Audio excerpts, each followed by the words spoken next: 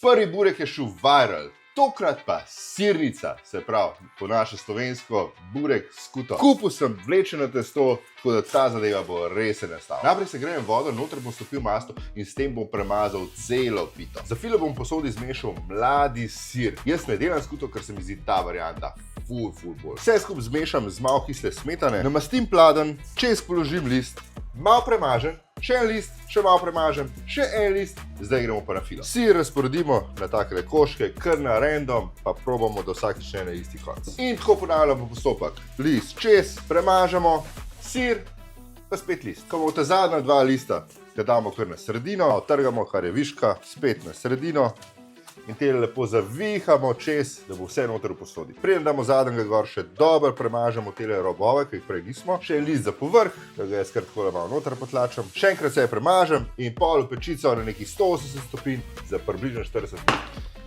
Tako barvo iščemo pri bureku. Zdaj pa še zadnja stvar, ki jo moramo res nujno narediti, zaliti s tole vročo mešanco masla pa vode. Kar konkretno. Še za 5-10 minut v pečico, pa malo. Dvakrat osekamo, da gre lažje ven. Hitro obrneš, pa še enkrat. In zdaj ga samo še narežemo. Ko to lepo hrusta. In taki malci jaz res težko rečem ne. Hrustljavo. Tole zapakiraš, pa nekam sabo vzameš na izlet. Ful dobro. Daj napiš mi komentar, katero pito pa ti najraje pripravljaš.